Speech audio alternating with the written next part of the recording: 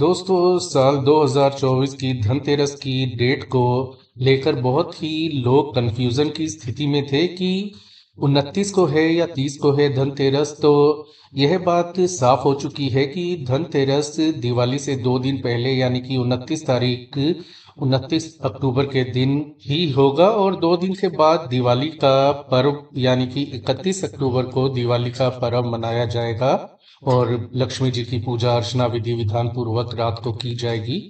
कार्तिक मास के कृष्ण पक्ष की त्रयोदशी तिथि को धनतेरस पर्व मनाते हैं। इस दिन मां लक्ष्मी, भगवान धन्वंतरी और गणेश जी की विधि विधान पूर्वक लोग पूजा अर्चना करते हैं। मान्यताओं के अनुसार भगवान धन्वंतरी इस दिन समुद्र मंथन के दौरान अमृत कलश लेकर बाहर आए थे। शायद इसीलिए ही इस दिन बर्तन खरीदा जाता है, जिससे कि बहुत ही शुभ माना जाता है। वैसे तो ज्यादातर लोग धनतेरस के दिन बर्तन खरीदते हैं। इसके अलावा कीमती धातुएं जैसे सोना चांदी भी खरीदा जाता है और झाड़ू, धनिया, पीतल के बर्तन, गोमती चक्र आदि खरीदना भी बहुत ही शुभ माना जाता है। और ऐसा माना जाता है कि धनतेरस पर आप जो खरीदारी करते हैं उसका आपको 13 गुना ज्यादा लाभ मिलता है।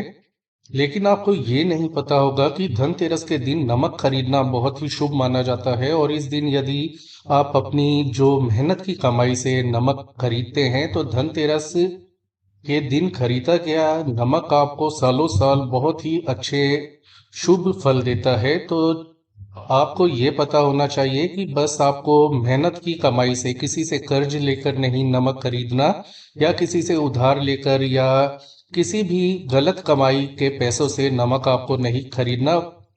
यदि आप ऐसा करेंगे तो विपरीत असर पड़ सकता है, नकारात्मक परिणाम दिखाई दे सकते हैं। धनतेरस पर आप नमक का पैकेट खरीदते हैं तो ऐसा माना जाता है घर से दरिद्रता दूर होती है, घर में बार बार नुकसान होना, बरकत ना होना, खर्चे जरूरत से ज्यादा होना जैसी समस्याओं से आपको छुटकारा मिलता है। माता लक्ष्मी और कुबेर जी की कृपा आप पर बनती है, आपके घर परिवार पर बनती है, आर्थिक स्थिति में सुधार होता है।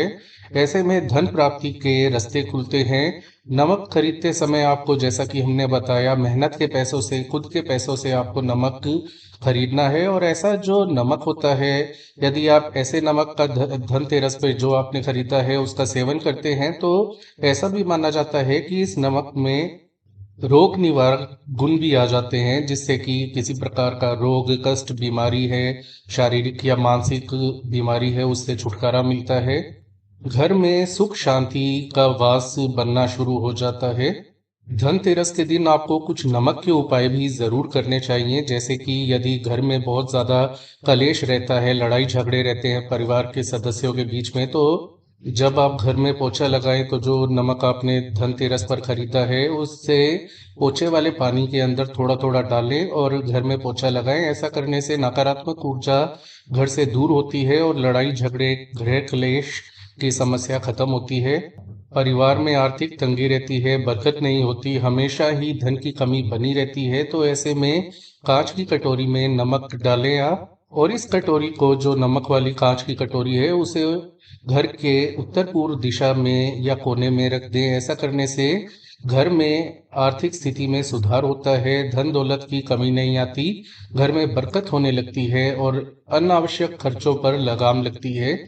थोड़ा सा नमक लेकर के अपनी हथेलियों के अंदर अपने सिर के ऊपर से 3 बार उसे मारें या घुमाएं और इस नमक को, जो आपकी हथेलियों में है, अपने दुकान या बिजनेस वाली जगह पर डाल दें। ऐसा करने से व्यापार धंधे में फायदा होना शुरू हो जाता है।